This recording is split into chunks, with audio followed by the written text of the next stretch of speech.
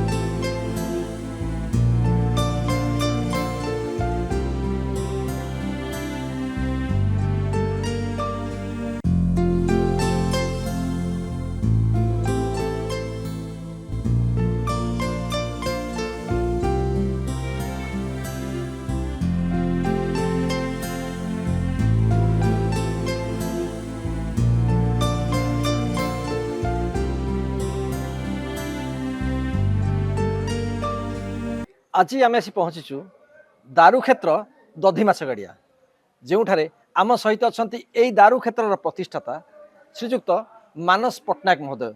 आसतु आम सहित कथबार्ता होगा एवं जाना यही दारू क्षेत्र इतिवृत्ति संपर्क में। सर जय जगन्नाथ। जय जगन्नाथ। मु मानस पट्टनायक आम घर हूँ दधिमाछ गाड़िया। मु प्राय भुवनेश्वर रहे किंतु ये दधिमाछ गाड़ी सागर ओतप्रोत भाव जड़ित 1900 जगहटा हूँ मो बापा ना प्रसन्न कुमार पट्टनायक ना स्वर्गत प्रसन्न कुमार पट्टनायक ना से महाशयकर ये जगह से जंगल ही पड़ता किंतु गोटे 200 वर्ष तलर एक लिंब गछ एठारे थिला। हठात 1996 मसीह जो जगन्नाथ दारू दारू अन्वेषण है से मंगला ठारू स्वप्न देश पाई एठारे आसी ये दैतापति माने प्रवेश कले एवं जगन्नाथ ये दारू एठारे जो लिंब गछ को देखी से माने पूरा ता देहरे सब शंख चक्र गदा पद्म चिन्ह थाई एवं सब थाई से माने अभिभूत होते एवं जो से मूलटा टी खोलिले कौन भल अच्छी ना नहीं खोलला नागसाप बाहरी माने दर्शन देले एवं बहुत नागसाप थिबार से देखिले से किए जगार ओनर बोली से मैंने जाई आम घर ठी बापा घर थिले तांको डाकिले कहले प्रसन्न पट्टनायक आपण ना हाँ ना ताले आसंतु से आपणकर से जगार से दारू मिली एवं से ताहा आमे चयन करचु मंगला निर्देश रे जो स्वप्न आम देखीलु से स्वप्न अनुसार दारू गछ देखा तेणु आपण आसंतु एवं बापा आसिले एवं से माने से तांको ये कले एवं कहले जय जगन्नाथ करी से माने से दारू वृक्ष टी बापा को अर्पण करी गले दायित्व आपन थांतु आम माने आसबू एवं से दिन बापा जड़े ब्राह्मण को नियुक्त कले एवं से दिन पूजा अर्चना है। ये जो दारू क्षेत्र एठी जिते दारू बाहर दारू चलीगला पूरी चलीगला दैतापति मैंने नहीं गले तापर जगह हूँ जंगलमय है किए आसिक एठारे ओलाओली करते से जड़े ब्राह्मण आसिले एवं ये हाड़ी सारू गोटे फाउड़ा मागी ताको सफा सफी करी आम घर ठी गले घर ठी जाई आम बो को कहले बापा नथिले बो को कहले जे से जगह मु सफा सफी कर देछि तमे सेठी खेचड़ी भोग करिवो से तेणु से दिन ठू भी खेचड़ी भोग प्रति एकादशी एटी है एवं तांकू राति निर्देश है सेठी गोटे मंदिर निर्माण कर से ब्राह्मण तापरे आम घर सीधा जो अच्छी गोटे मंदिर राधा कृष्ण मंदिर से मंदिर रे गले ଏବଂ ଖୋଜିଲା ବେଳକୁ ଆମ ବାପା ଆସି ଖୋଜିଲା ବେଳକୁ କୁଆଡ଼େ ଅନ୍ତର୍ଧାନ ହେଇଯାଇଛି। ଆପଣ କହିପାରିବେ କି ଯେଉଁ ଦାରୁ ଏଠି ବାହାରିଲେ ୟା ସମ୍ପର୍କରେ ଆପଣ କେତେବେଳେ ପିଲାବେଳେ ବାପା କି ଆପଣ କେତେବେଳେ ଅନୁଭବ କରିଛନ୍ତି ଯେ ଆମେ ଥରେ ଜଗନ୍ନାଥଙ୍କର ଦାରୁ ଏଇଠାରୁ ଯିବ ଏ କଥା ହଁ କେତେବେଳେ? ମାନେ ବାପା ସବୁବେଳେ କହନ୍ତି ସେ ଜଗନ୍ନାଥଙ୍କ ଦାରୁ ସେଠି ଜଗନ୍ନାଥଙ୍କ ଦାରୁ ନାହିଁ ଏ ଗଛଟା ଦାରୁ ହବ, ତେଣୁ ସେ ଗଛଟେ ସେତେବେଳେ ବହୁତ ସାପ ଫାପ ରହନ୍ତି, ସେଠି କେହି ଆସନ୍ତିନି, ତେଣୁ ପ୍ରାୟ ବେଳେବେଳେ ଚନ୍ଦନ ଗନ୍ଧ ଯେତେବେଳେ ବିଲକୁ ଆସନ୍ତି ଲୋକ ଏଇପଟେ ଗଲାବେଳେ ବି ଚନ୍ଦନର ସୁଗନ୍ଧ ପାଆନ୍ତି। ତେଣୁ ଆଉ ସେଇ ଥରେ ଡାଳ ଗୋଟେ ଭାଙ୍ଗି ଯାଇଥିଲା ଏ ହରିଜନ ସାହିର ଲୋକ ସେ ଡାଳକୁ ନେଇକି ଜାଳିଲେ, କିନ୍ତୁ ତାଙ୍କର ସବୁ ଦେହ ଖରାପ ହେଲା, ତେଣୁ ସମସ୍ତେ ଭାବୁଥିଲେ ଯେ ଏଠି ଏ ଗଛ ଦିନେ ନା ଦିନେ ଦାରୁ ହବ। କେତେ ଜମି ପରିସର ଭିତରେ ବର୍ତ୍ତମାନ ଏ ଦାରୁ ମନ୍ଦିର ପ୍ରତିଷ୍ଠା ହେଇଛି? 500 ଡିସମିଲ୍। 500 ଡିସମିଲ୍। ଏ 500 ଡିସମିଲ୍ ଜାଗା କାହାର? ଆମର ଅଛି, କିନ୍ତୁ ଆମେ ଠାକୁରଙ୍କୁ ଦେଇଦେଇଛୁ 500 ପ୍ଲସ୍ ଏଠି 2 ଏକର ଜାଗା ଆମେ ବି ଠାକୁରଙ୍କୁ ଦେଇଦେଇଛୁ। ଆପଣଙ୍କର ଯେଉଁ ଏଠି ଟୁରିଜିମ୍ ସ୍ପଟ୍ ହେଲା ଏଇଟା ଆଜ୍ଞା ପର୍ଯ୍ୟଟନ ସ୍ଥଳ, ଅନ୍ୟାନ୍ୟ ଆପଣଙ୍କ ପୂର୍ବରୁ ବହୁତ ମନ୍ଦିର ଅଛି ଆଜ୍ଞା। ଯୋଉଟା ପର୍ଯ୍ୟଟନ ସ୍ଥଳ ଆଜି ପର୍ଯ୍ୟନ୍ତ ହେଇପାରିନି, କେମିତି ଆପଣଙ୍କ ହେଲା? ଆମର ହେଇନି ତ, ହବାକୁ ଆମେ ଲାଗିଛୁ। ମାନେ ବାହାର ଲାଗୁଛି ଯେ ପର୍ଯ୍ୟଟନ ସ୍ଥଳ ନାଇଁ ହେଇନି। ହେଇନି। ଆଚ୍ଛା, ଆପଣ ଗୋଟେ ଜିନିଷ ଆମେ ଲକ୍ଷ୍ୟ କଲୁ ଆପଣଙ୍କର ବାୟୋଡାଟା ପଢ଼ିଲା ବେଳେ ଯେ ଏଠିକି ସବୁ ଆସନ୍ତି ଜଜ୍ ମାନେ, ଆଜ୍ଞା ମାଜିଷ୍ଟ୍ରେଟ୍ ମାନେ ଆସନ୍ତି, ସବୁ ଆଜ୍ଞା ଆସନ୍ତି, ମାଜିଷ୍ଟ୍ରେଟ୍ ମାନଙ୍କୁ ଆପଣ ଏତେ ନିମନ୍ତ୍ରଣ କରନ୍ତି? ପଲିଟିକାଲ ଲୋକଙ୍କୁ ଆଣିଲେ କିଛି ମାନେ ସେମାନେ ଖାଲି ଗୋଟେ ନିର୍ଦ୍ଦିଷ୍ଟ କଥା, କିନ୍ତୁ ଜଜ୍ ମାନେ ଆମେ କହୁଛୁ ଏଠି ସମସ୍ତେ ନ୍ୟାୟ ପାଇକି ଯାଆନ୍ତୁ, ଆମର ଏଇଠି ଗାଁର ସବୁ ନ୍ୟାୟ ଏଇଠି ହୁଏ। ସମସ୍ତେ ନ୍ୟାୟ ପାଉଛନ୍ତି? ସମସ୍ତେ ପାଉଛନ୍ତି ବୋଲି ଆମେ ଗାଁ ଭାବୁଛୁ। ସାରା ଲୋକ ନ୍ୟାୟ ପାଉଛନ୍ତି ଯେହେତୁ ହଁ ମାଜିଷ୍ଟ୍ରେଟ୍ ପାଉଛନ୍ତି। ପାଉଛନ୍ତି। ପାଉଛନ୍ତି। ମାଜିଷ୍ଟ୍ରେଟ୍କୁ ଡାକିବାର ଉଦ୍ଦେଶ୍ୟ କ'ଣ? ଉଦ୍ଦେଶ୍ୟ ସେଇଆ ଯେ ସେମାନେ ନିରପେକ୍ଷ, ତେଣୁ ଆମ କ୍ଷେତ୍ରଟା ନିରପେକ୍ଷ ହଉ, ଆମେ କୌଣସି ପଲିଟିକାଲ ଜିନିଷ ଏଠି ଭର୍ତ୍ତି କରିବାକୁ ଚାହୁଁନୁ। ଏହାର ଅନ୍ୟ ଏକ ପ୍ରଭାବ ଦେଖିଲେ ଆପଣ ମାଜିଷ୍ଟ୍ରେଟ୍ ମାନଙ୍କୁ ଡାକିକି ୟାର ଆପଣଙ୍କର ପ୍ରଭୁତ୍ୱ ପ୍ରତିପତ୍ତି ଦେଖେଇବାକୁ ଚାହୁଁନାହାନ୍ତି? ନା ନା, ପ୍ରତିପତ୍ତି ଆମେ ଚାହୁଁନୁ, ଆମେ କେବେ ଆମେ କହିନୁ ଯେ ଆମର ବୋଲି, ଆମର ବୋଲି ଏବେ କେବେ କହିନୁ କି କେହି ଗାଁ ଲୋକ ବି କହିବେନି ଯେ ଏଇଟା ମାନସ ବାବୁଙ୍କର। ଆମେ ଚାହୁଁଛୁ ଏଇଟା ସମସ୍ତେ ନ୍ୟାୟ ପାଆନ୍ତୁ, ଏଇଠି ଆମର ଗାଁର ଯାହା ନ୍ୟାୟ ଗାଁ କମିଟିର ମିଟିଂ ଏଇଠି ହୁଏ, ସେଇଦିନଠୁ 98 ମସିହାରୁ ମନ୍ଦିର ହେଲାଠୁ ଏଇଠି ହେଉଛି। ଆପଣ କ'ଣ ଅଲୌକିକ ଯୋଉ ଅନୁଭୂତି ପାଇଛନ୍ତି ମନ୍ଦିର ସମ୍ପର୍କରେ? ଅଲୌକିକ ପ୍ରତି ମାନେ ମୁଁ ତ ବହୁତ ଥର ମାନେ ଠାକୁରଙ୍କୁ ଦର୍ଶନ କରିଛି, ଏବଂ ମୋର ଏବେ ଗୋଟେ ରିସେଣ୍ଟଲି ମାନେ ମୋର ମାନେ ରାତିରେ ମୁଁ ଶୋଇଛି, ହଠାତ୍ ମୋର ମାନେ ବ୍ଲଡ଼ ଉଠିଗଲା ଉପରକୁ, ମୁଁ ପଡ଼ିଯାଇଛି, ମୋ ସ୍ତ୍ରୀ ରାତି 12ଟାରେ କେମିତି ମୋତେ ଦେଖି ତାପରେ ସାଙ୍ଗେ ସାଙ୍ଗେ ନେଇ ହସ୍ପିଟାଲରେ ଗଲେ, ମାନେ ସବୁଆଡ଼ୁ ଲୋକ କେମିତି ଜାଣିଲେ, ସମସ୍ତେ ଯାଇ ମୋତେ ମାନେ ଭଲ ହେଇକି ଆସିଲି, ମାନେ ପୁରା ଠାକୁରଙ୍କ ଇଚ୍ଛା ବ୍ୟତୀତ ଆଉ କିଛି ନୁହଁ। ଗୋଟେ ମନ୍ଦିର ପ୍ରତିଷ୍ଠା କରିବା ବହୁତ କଠିନ, ମାନେ ଆପଣ ପୁରୀ ଠାରୁ ସହଯୋଗ ପାଇପାରିବେ କିନ୍ତୁ ଆର୍ଥିକ ସହଯୋଗ ସେତେ ମିଳିନଥିବ, କିନ୍ତୁ ଆପଣ ଏଠାରେ ଏତେ ବଡ଼ ଇଏ କ୍ୟାନଭାସ୍ କରିପାରିଲେ ଯେଉଁ ମନ୍ଦିରର ବିଭିନ୍ନ ମନ୍ଦିର ଏଥିରେ ଚୈତନ୍ୟଙ୍କଠୁ ଆରମ୍ଭ କରି ବିଭିନ୍ନ ଦେବାଦେବୀଙ୍କର ମନ୍ଦିର ଅଛି ଏବଂ ଭାରି ଉନ୍ନତ ଧରଣର ମୂର୍ତ୍ତି ନିର୍ମାଣ ହେଇଛି, ଏଥିରେ ବହୁତ ପଇସା ଖର୍ଚ୍ଚ ମଧ୍ୟ ହୋଇଥିବ। ଆପଣ ସବ୍ ରେଜିଷ୍ଟ୍ରି ଅଫିସ୍ ଭୁବନେଶ୍ୱରର ଜଣେ ହେଡ୍ କ୍ଲର୍କ, ଆପଣ ଏତେ ଅର୍ଥ ଏଠାରେ କୋଉଠୁ ବିନିଯୋଗ କଲେ? କୋଉଠୁ ହେଲା ମୁଁ ବି କହିପାରୁନି, ମୁଁ ବି କହିପାରିବିନି, କୁଆଡ଼ୁ କ'ଣ ଆସିକି ହେଇଛି କହିହେବନି। ମାନେ ମୁଁ ବି ସତ କହୁଛି, ମାନେ କିଏ କେତେବେଳେ କ'ଣ ଦେଉଛନ୍ତି ଇଏ କରୁଛନ୍ତି, କିନ୍ତୁ କିପରି ହେଇଛି ମାନେ ବୋଲି ମୁଁ ବି ଆଶା ଲୋକଙ୍କ କରିପାରୁନି। ଦାନରେ ହେଇଛି, ଲୋକଙ୍କ ଦାନରେ ସବୁ ହେଇଛି, କୁଆଡ଼ୁ ଆପଣଙ୍କ କ'ଣ ପାଖରେ ହିସାବ ଆସିକି ଅଛି? ଆପଣଙ୍କ ପାଖରେ ହିସାବ କିଛି ନାହିଁ, କିଛି ନାହିଁ? ମାନେ ମୁଁ ହିସାବ କୌଣସିଥିରେ ରଖୁନି। ଏ ଯଜ୍ଞ ହେଉଛି 5 ଲକ୍ଷ ଖର୍ଚ୍ଚ ହେଉଛି କି କ'ଣ ହେଉଛି, କୁଆଡ଼ୁ କ'ଣ ଆସୁଛି ତାର ହିସାବ ରଖୁନି, ହିସାବ ରଖିଲେ କାମ ହେଇପାରିବନି।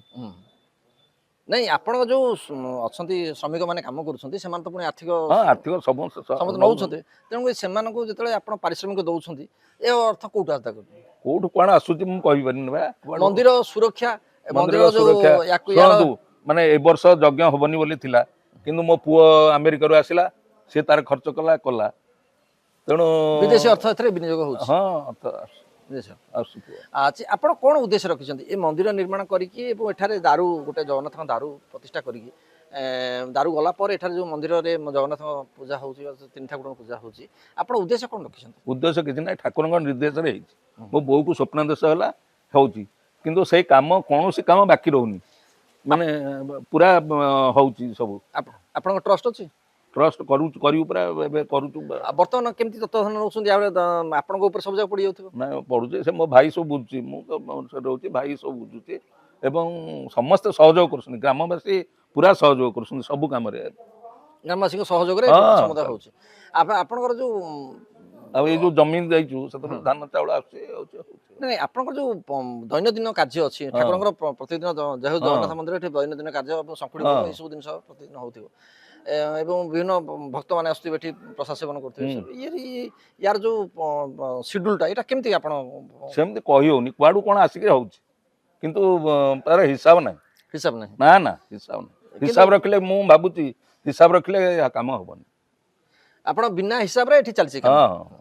ଆଚ୍ଛା, ଆପଣ ଏଠି ୟାର ଯୋଉ ଲୋକମାନେ କୋଉ ଲୋକମାନେ ଯୋଉମାନେ ଅଛନ୍ତି ପ୍ରତ୍ୟକ୍ଷ ଭାବରେ ସହଯୋଗ କରୁଛନ୍ତି ମନ୍ଦିର?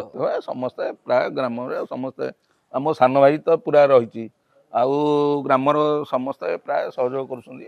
ଆମର ଏଇ ୱାର୍ଡ ମେମ୍ବର ମାନେ ଇଏ ସମସ୍ତେ ସହଯୋଗ କରୁଛନ୍ତି। ଯେତେବେଳେ ଯିଏ ଯାହାକୁ ଡାକିଲେ, ଏ ଆଦିବାସୀ ମାନେ କି ଇଏ ହେଲେ ଯାହାକୁ ଡାକିଲେ ସମସ୍ତେ ଆସୁଛନ୍ତି। ସାଧାରଣତଃ ପ୍ରାୟ ମନ୍ଦିର ମାନେକେ ପଶେ ରାଜନୀତି। ଆଜ୍ଞା। ଆପଣଙ୍କର ସମ୍ପର୍କ ସାଧାରଣତଃ ଯୋଗାଯୋଗ କରୁଛନ୍ତି ମନ୍ଦିରର ମୁଖ୍ୟ ହିସାବରେ ପୂଜା ସମୟରେ ଯୋଉ ଆପଣ ଜଜ୍ ମାନଙ୍କୁ, ଆପଣ ୟାକୁ କେମିତିଆ ରାଜନୀତିଠୁ କେମିତି ଦୂରେଇକି ରଖୁଛନ୍ତି? ନାଇଁ ରାଜନୀତି ବି ଡାକୁଛୁ, ସମସ୍ତଙ୍କୁ ଡାକୁଛୁ, ରାଜନୀତି ଡାକୁଛୁ, କିନ୍ତୁ ପୂର୍ଣ୍ଣାହୁତି ଦେବାକୁ ଗୋଟେ ଜଜଙ୍କୁ ଡାକୁଛୁ ଏଇଥିପାଇଁ ମୁଁ କହିଲି ଯେ ମାନେ ସେ ନ୍ୟାୟ ଇଏ ହବ। ନାଇଁ ଆପଣ କେମିତି ୟାକୁ ଏଠୁ ଯେତେବେଳେ ଗ୍ରାମର ରାଜନୀତି ଏଥିରେ ପଶେ, ହଁ ଏ ବିଭିନ୍ନ ପ୍ରକାର ମାନେ କଳଙ୍କରେ ସୃଷ୍ଟି ହୁଏ, ଆପଣ ଏଇଟାକୁ କେମିତି ଦୂରେଇକି ରଖୁଛନ୍ତି? ଗ୍ରାମର ନାଇଁ ରାଜନୀତି କି ଡାକୁଛୁ ଆମେ, ରାଜନୀତିକ ଆସୁଛନ୍ତି, ସମସ୍ତେ ଆସୁଛନ୍ତି, ଦେଖିବେ ଫଟୋ ସବୁ ଅଛି, ସବୁ ରାଜନୀତିକ ଆସୁଛନ୍ତି, ସମସ୍ତଙ୍କୁ ଡାକୁଛୁ, କିନ୍ତୁ ପୂର୍ଣ୍ଣାହୁତି ଦେବାକୁ ତାଙ୍କୁ ଜଜ୍ ଡାକୁଛନ୍ତି। ଆପଣଙ୍କର ଏତେ ଲେବୁଲରେ ହାତ ଗଲା କେମିତି? ଯୋଉ ମାଜିଷ୍ଟ୍ରେଟ ମାନଙ୍କ ସହିତ ସାଧାରଣ ଲୋକ ମାଜିଷ୍ଟ୍ରେଟ ମାନଙ୍କ ସହିତ ଡାଇରେକ୍ଟ କଣ୍ଟାକ୍ଟ ହେଇପାରନ୍ତିନି ବା ସେମାନଙ୍କ ସହିତ ସେମାନଙ୍କୁ ଆଣିକି ଏଠି ଆସିପାରନ୍ତିନି। ଆହୁରି ଅନେକ ଜାଗା ଅଛି ଯୋଉଠି ଦାରୁ ମିଳିଛି, କିନ୍ତୁ ଆପଣ ଏ ଜାଗାର ଡେଭଲପମେଣ୍ଟ ପାଇଁ ବା ୟାର ଯୋଉ ଗ୍ରେସ୍ ବା ୟାର ଯୋଉ ଉଜ୍ଜ୍ୱଳତା କରିବା ପାଇଁ ସାଧାରଣ ଭାବରେ ଜଜ୍ ମାନେ ଆସନ୍ତି। ଆପଣଙ୍କର ହାତ କେମିତି ଆସିଲା? ନାଇଁ ଜଜ୍ ମାନେ କଣ ସେମାନେ କୌଣସି ଯୋଗାଯୋଗ କରନ୍ତି ନା ଆପଣ ଯୋଗାଯୋଗ କରନ୍ତି? ନାଇଁ ସେମାନେ ଶୁଣନ୍ତୁ, ଅଛନ୍ତି ଆମର ସବୁ ଆମ ଗାଁର ଓକିଲ ଅଛନ୍ତି ହାଇକୋର୍ଟରେ, ସେମାନେ ସବୁ ଚୟନ କରନ୍ତି। ଆଉ କଣ ଓକିଲ ମାନେ ସେମାନଙ୍କ ଯୋଗାଯୋଗ ଆପଣଙ୍କ ସେ ଲେବୁଲରେ ହାତ ନାହିଁ? ନାଇଁ ଆମେ ଯାଉ ତାଙ୍କୁ ଡାକିବାକୁ, କିନ୍ତୁ ମୋର ଗୋଟେ ସାନ ଭାଇ ଅଛି ସେଠି ଓକିଲ, ଆଉ ଭୁବନେଶ୍ୱର ଓକିଲ, ସମସ୍ତେ ଯାଆନ୍ତି, ସାଙ୍ଗ ହେଇକି ଯାଉ ଡାକିକି ଆସୁ। ଇଏ ଯୋଉ ପ୍ରସାଦ ବ୍ୟବସ୍ଥା ଏଟା କେମିତି କଣ ଅଛି? ଦୈନନ୍ଦିନ ପ୍ରସାଦ ବ୍ୟବସ୍ଥା ଆମର ଚାଉଳ ତ ବିଲୁରୁ ଆସୁଛି, ଆଉ ବାକି ହଉଛି ଭାଇନା ଅଛନ୍ତି କରୁଛନ୍ତି। ଆଉ ଭାଇନା ମାନେ ବି ଅର୍ଥ ନିଅନ୍ତି, ସେମାନେ ହଁ। ଯୋଉ ପ୍ରସାଦ ବ୍ୟବସ୍ଥା ହଉଛି ଏଠି ଲୋକ ଆସିକି କଣ ଅଭ୍ୟାଗତ ଖାଆନ୍ତି ନା ଆପଣ ଏଠି ଯୋଉ ନିଜେ ଲୋକ ଯେତିକି ଅଛନ୍ତି ସେମାନେ ପାଇଁ ହଏ, ଯଦି କିଏ ଫୋନ କଲେ ମତେ ଭୁବନେଶ୍ୱରରୁ ଫୋନ କରନ୍ତି, ଆଜି ଆମେ ଟିକେ 5 ଜଣ ଯିବୁ, ମାନେ ପ୍ରସାଦ ପାଇକି ଯାଆନ୍ତି, ମୁଁ ଫୋନ କରିଦିଏ, ସାନ ଭାଇ ସବୁ ବ୍ୟବସ୍ଥା କରିଦିଏ। ସେଭଳି ଗୋଟେ ବ୍ୟବସାୟିକ ନାଇଁ ମନୋବୃତ୍ତିରେ ବ୍ୟବସାୟ କରାଯାଇନି ନାହିଁ, କି ଏଭଳିଆ ହେଇନି? ବ୍ୟବସାୟ ମନୋବୃତ୍ତି ନାହିଁ ମୋଟେ। ଯେହେତୁ ଏଇଟା ହଉଛି ନ୍ୟାସନାଲ ହାଇୱେଠୁ ଦୂରରେ 5-4 କିଲୋମିଟର ଦୂରରେ ରହିଛି, ତେଣୁ ୟାର ଯୋଉ ପବ୍ଲିକ ଆପ୍ରୋଚ ଇଏ କେମିତି ଆପଣ ବଢେଇବେ? ପବ୍ଲିକ ଆମେ ଗୋଟେ ଇଏ ପବ୍ଲିଶ କରୁଛୁ, ଗୋଟେ ମ୍ୟାଗାଜିନ୍, ତାପରେ ପେପରରେ ଟିକେ ଇଏ କରୁଛୁ, ତାପରେ ଲୋକ ବି ଜାଣୁଛନ୍ତି ସେଠି ଦାରୁ କ୍ଷେତ୍ର ମରା ହେଇଥିଲା, ସେଟା ଭାଙ୍ଗି ଆପଣ ମାଗାଜିନ୍ ପଢିଛି, ହଁ ମାଗାଜିନରେ ସାଧାରଣ ଏଇ ସ୍ଥାନ ଉପରେ ଲେଖା ବହୁତ କମ୍, ମାନେ ମୋଟାମୋଟି ଭାବରେ ଦେଖିଲେ, କିନ୍ତୁ ବିଭିନ୍ନ ଦିଅଁ ଦେବତାଙ୍କର ଅନ୍ୟାନ୍ୟ ସ୍ଥାନର ମଧ୍ୟ ଏଥିରେ ଅନ୍ୟାନ୍ୟ ସ୍ଥାନ ସେଇଥିପାଇଁ ରଖିଛୁ, ସେଟା ପବ୍ଲିଶ ହଉ, ମାନେ ଆମେ ସବୁଆଡୁ ଲେଖାଟା ରଖୁଛୁ, ମାନେ ଆମ ଗାଁର ଅଳ୍ପ ଲେଖା, କିନ୍ତୁ ବାହାର ଲୋକ ସବୁଆଡୁ କିଛି କିଛି ଲେଖା ରଖୁଛୁ। ଆପଣ କଣ ରଖିଛନ୍ତି ଯେ ଭବିଷ୍ୟତ ଏ ଜାଗାର ଉନ୍ନତି ହେଇପାରିବ ଏବଂ ଏଇଟା ଗୋଟେ ଟ୍ରଷ୍ଟ ଭିତରକୁ ଆସିପାରିବ? ହଁ, ଆମେ ଚାହୁଁଛୁ ତ ସେଟାକୁ ଟ୍ରଷ୍ଟ କରିବୁ।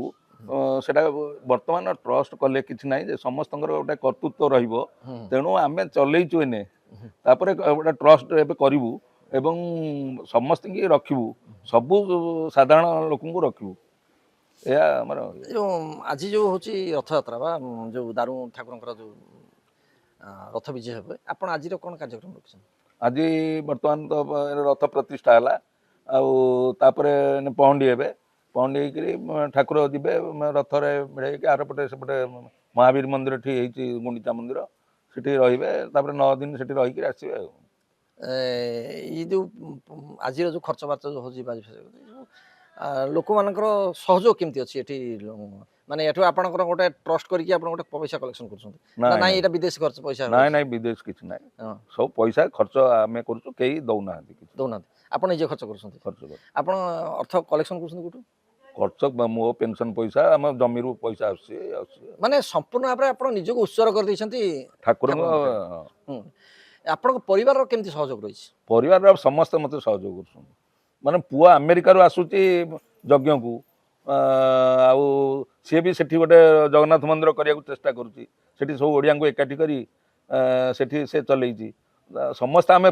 ପୁରା ଉତ୍ସର୍ଗୀକୃତ ଜଗନ୍ନାଥଙ୍କ ପାଇଁ ମାନେ ବୈଷ୍ଣବ ଧର୍ମ ଜଗନ୍ନାଥ ଧର୍ମର ଆପଣ ପ୍ରଚାରକ ଭାବରେ କାର୍ଯ୍ୟ କରୁଛନ୍ତି ମୋଟାମୋଟି ଭାବରେ ଆପଣ ଆଉ କ'ଣ ଯୋଜନା ରଖିଛନ୍ତି ଆଗାମୀ ଦିନରେ ଆଉ ଏହାର କ'ଣ ଏକ୍ସଟେନସନ କରିବେ ଏଠି ଅଛି ଅଜସ୍ର ମନ୍ଦିର ବହୁତ ଠାକୁର ନାଇଁ ଆଉ ମନ୍ଦିର କିଛି ଏକ୍ସଟେନସନ ହବନି ବର୍ତ୍ତମାନ ଆମେ ଚାହୁଁଛୁ ଏଇଟା ଗୋଟିଏ ପର୍ଯ୍ୟଟନ ସ୍ଥଳରେ ପରିଣତ କରିବାକୁ ପର୍ଯ୍ୟଟନ ସ୍ଥଳ ତା ତ ସେଇ ଅନୁସାରେ ରାସ୍ତା ରହିବା ଦରକାର ସେ ରାସ୍ତା ପାଇଁ ଲାଗିଛୁ ପୁରା ହବ ଏବେ ଆର୍ଡିକି ଦେଇଛୁ ଏବେ କରାହବ ରାସ୍ତା ହେଇଯିବ ହଁ ରାସ୍ତା ହବ ଏଇ ଯୋଉ ଦେଉଳଟାଙ୍ଗିରୁ ଆପଣ ଦେଖିବେ ଏଇ ରାସ୍ତାଟା ସେଟା ମୁଁ ଲାଗିକିରି କରାଇଛି ଏବେ ପ୍ରଧାନମନ୍ତ୍ରୀ ସଡ଼କ ଯୋଜନା ଆମେ ଜମି ବି ଦେଇଛୁ ଆମର ବହୁତ ଜମି ମୁଁ ଦେଇଛି ଏବଂ ମୁଁ ଲାଗି ନିଜେ ସେଠୁ କରିଛି ମୋର ଯୋଉ ଇଏ ପ୍ରୋଭିଡେଣ୍ଟ ଫଣ୍ଡ ପଇସା ସେଥିରେ ବି କିଛି ଲଗେଇକି ତାପରେ ଆଗ ରାସ୍ତାଟା ମାଟି ରାସ୍ତା କଲି ତାପରେ ଏବେ ସେଟା ପ୍ରଧାନମନ୍ତ୍ରୀ ରାସ୍ତା ହେଇଗଲା ସେଟା ମାନେ ଏଠୁ କନେକ୍ସନ ହେଲା କୋଉଠୁ ଆପଣର ଜରିପୁରଠୁ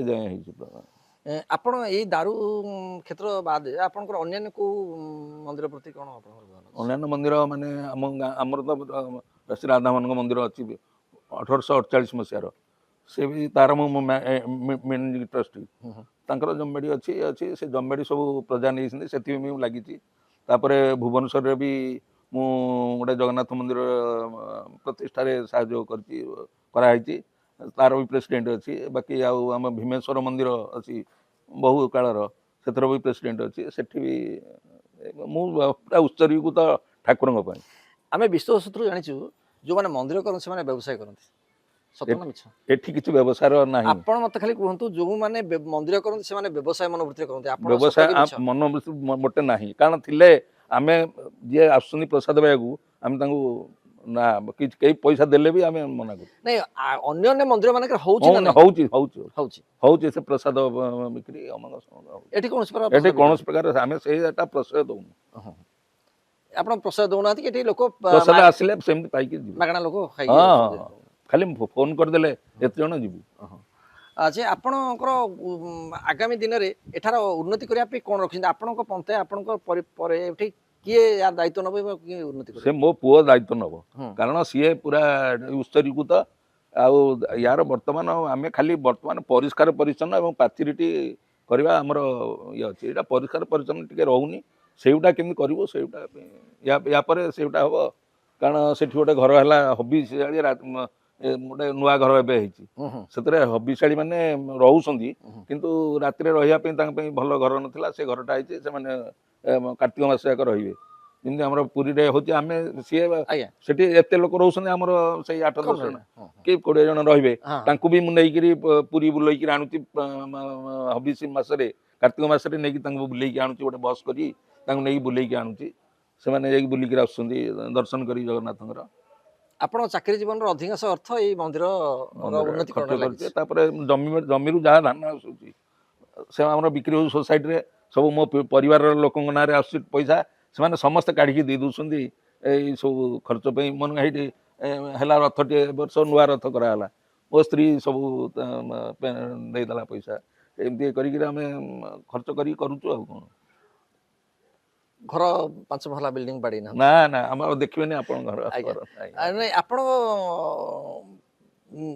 ନିଜ ଅର୍ଥ ନିଜ ପାଇଁ କ'ଣ ରଖନ୍ତି ନିଜ ପାଇଁ ଯେତିକି ଆମେ ଚଳୁଛୁ ସେ ଚଳୁଛି ମୋର 3 ପୁଅ ଯାଙ୍କୁ ଯାହା ହଉ ମାନେ ମୋର 2ଟା ପୁଅ ଡିପ୍ଡମ୍ ବି ମାନେ ସେମାନେ ବି ଚାକିରି କରିଗଲେ ତେଣୁ ଆଉ କିଛି ମୋର ଇଏ ନାହିଁ ଆଉ ମୋ ସାନ ଭାଇର ଗୋଟିଏ ଝିଅ ତାକୁ ବି ଭଲରେ ବାହା କରିଦେଇଛୁ କିଛି ଆମର ଅସୁବିଧା ନାହିଁ ଆମେ 2 ଭାଇ ଯାକ ଉତ୍ସର୍ଗୀକୃତ ସାନ ଭାଇ ତ ଯେତେ ପରିଶ୍ରମ କରୁଛି ମାନେ ଜମିବାଡ଼ି ହାତ ଚାଷ କରୁଛୁ ଟ୍ରାକ୍ଟର ରଖିଛୁ ସବୁ ଯାହା ଧାନ ଚାଉଳ ଆସୁଛି ସବୁ ସମସ୍ତଙ୍କ ଆକାଉଣ୍ଟକୁ ଆସୁଛି ସମସ୍ତେ ମୋ ଭଉଣୀ ଦେଇ ଦେଉଛି ମୋ भाई बोऊ दे दूची समस्ते जहाँ पैसा आसला वर्ष शेष में सब मंदिर खर्च होती समस्ते दे दूसरी मो पुओ तो ये दी पुओ जाक ना टंका आसला से काढ़ी देदेले कहले नियो बिल खर्च हम ये जो मंदिर कौन नब सब काढ़ी देदेले ଆପଣ ସାଧାରଣ ଦର୍ଶକଙ୍କୁ ଜନତାକୁ ଯେଉଁମାନେ ଆପଣଙ୍କର କାର୍ଯ୍ୟକ୍ରମ ଦେଖୁଛନ୍ତି ତାଙ୍କୁ କ'ଣ କହିବେ? समस्त मु निवेदन करुँच सहयोग करूँ आउ मंदिर सहयोग कले सब हम खाली सहयोग मुझे चाहूँ एति धन्यवाद। କାର୍ଯ୍ୟକ୍ରମ ତ ହେଉଛି ଆମେ ସମସ୍ତଙ୍କର ସହଯୋଗ ସେଥିରେ ରହିଛି ବ୍ୟକ୍ତିଗତ ଭାବରେ ଆଉ ମୁଁ ଏକୁଟିଆ କ'ଣ ସହଯୋଗ କରିବି ସମସ୍ତଙ୍କ ସହଯୋଗରେ ଚାଲିଛି ମୋର ଯେତିକି କରିବା କଥା ମୁଁ ତାଙ୍କୁ ପଇସା ପତ୍ରରେ ଯାହା ଧାନ ବିକା ପଇସା ଆମ ନାଁରେ ସବୁ ଆସୁଛି ଆମେ ସେଥିରୁ କିଛି କାଢ଼ିକି ତାଙ୍କୁ ଦେଇ ଦେଉଛୁ ନେଇକି ଯା ତାଙ୍କ କାମରେ ଲଗା ବୋଲି ଆଉ ବାକି ଯେତେବେଳେ ହେଉଛି କାମ ଆମେ ସବୁ ସହଯୋଗ କରିକି ସବୁ ଆସୁଛୁ ଏଠି ଆସିକି ସମସ୍ତେ ମିଶିକି କରୁଛୁ ଆଉ 1996 ଠୁ ମୁଁ ଏଇଠି ଅଛି ଏପର୍ଯ୍ୟନ୍ତ ଆମଳ ଚୂଳ ସବୁ ଏଠାର କାରିଗରୀ କାମ ଇତ୍ୟାଦି ମୁଁ ଶିଳ୍ପୀ ଜଣେ ଏଇଠି ରହିକିରି ମୋର କାମ କରେ ଏବେ ମଧ୍ୟ ମୂର୍ତ୍ତି ତିଆରି ହେଇକି ବିକ୍ରି ହେଉଛି ସବୁ କାମ ଚାଲିଛି ଇଏ ଦାରୁ ଯେତେବେଳେ ଗଲା ଏଇଟା ଏକଦମ ସାପ ଏବଂ କୁକୁଡ଼ା ବିଛାଠୁ ଇତ୍ୟାଦି ଯାବତୀୟ ଜନ୍ତୁଙ୍କର ବାସ କିନ୍ତୁ କାହାରି ଦିନେ କ୍ଷତି କରିନାହାନ୍ତି ଏଠି କେହି ନଥାନ୍ତି ଏକୁଟିଆ ମାତ୍ର ମୁଁ ଥାଏ କିନ୍ତୁ ଦିନେ କୌଣସି ଅସୁବିଧାର ଭୋଗ କରୁନି ମେଘ ପବନ ଯିବ ଯାବତୀୟ ହାତୀଙ୍କ ବାଟ ଏଇଟା ପୁଣି କିଛି ନାହିଁ ମୁଁ ଯାହା ପରିବାପତ୍ର ଥୋଇଥିବି ଗରମରେ ସବୁ ଜାଗା ହାତୀ ଖାଇଦେଇକି ଯିବେ। ଦୋଳ ପୂର୍ଣ୍ଣିମା ଦିନ ଠାକୁର ଦୋଳବେଦୀକି ଗଲା ପରେ ମୁଁ ଆସି ନୂତନ ପଞ୍ଜିକା ପାଠ କରେ ଏବଂ ରଥଯାତ୍ରାର ମାନେ ଯେତିକି ନୀତି ନିୟମ ଏଠି ଆମେ କରିପାରୁଛୁ ସେଗୁଡ଼ା ମୋ ତତ୍ତ୍ୱାବଧାନରେ ଏଠି ମୁଁ କରେ ବ୍ରାହ୍ମଣଙ୍କ ଦ୍ୱାରା କରାଯାଏ। ଇଏ ଥିଲେ ଶ୍ରୀଯୁକ୍ତ ମାନସ ପଟ୍ଟନାୟକ ମହୋଦୟ ଯିଏ ନିଜ ଜୀବନକୁ ଏବଂ ନିଜ କର୍ମକୁ ପ୍ରଭୁଙ୍କ ପାଇଁ ଉତ୍ସର୍ଗୀକୃତ କରିଛନ୍ତି ଏବଂ ସେ ଲକ୍ଷ୍ୟ ରଖିଛନ୍ତି ଆଗାମୀ ଦିନରେ ଏ ମନ୍ଦିର ଉନ୍ନତିକରଣ ହେବ ଏବଂ ଏହାର ଦାୟିତ୍ୱ ନେବେ ତାଙ୍କର ପରବର୍ତ୍ତୀ ପିଢ଼ି ଏବଂ ଏହାକୁ ଆହୁରି ସୁନ୍ଦର ଏବଂ ଅନେକ ଦିନ ଧରି ଏହାର ମହତ୍ତ୍ୱ ବଢ଼ି ରହିବ ଏଇଟା ତାଙ୍କର ଜୀବନର ଇଚ୍ଛା ଅଛି। ଆପଣମାନେ ଆମ କାର୍ଯ୍ୟକ୍ରମ ଦେଖନ୍ତୁ ଆପଣଙ୍କର ମତାମତ ଆପଣ ଆମକୁ ଦେଉଥାନ୍ତୁ ଆମ ଦିଆଯାଇଥିବା ଫୋନ୍ ନମ୍ବରରେ ଆପଣ ମତାମତ ଦିଅନ୍ତୁ ଆପଣଙ୍କୁ ଆମ କାର୍ଯ୍ୟକ୍ରମ କିଭଳି ଲାଗୁଛି ଆପଣଙ୍କ ଫିଡ଼ବ୍ୟାକ୍ ଦିଅନ୍ତୁ। ଆଗାମୀ ଦିନରେ ଆଉ ଜଣେ ଅତିଥିଙ୍କ ସହିତ ଦେଖା ହେବ ସେତେବେଳେ ପର୍ଯ୍ୟନ୍ତ ନମସ୍କାର।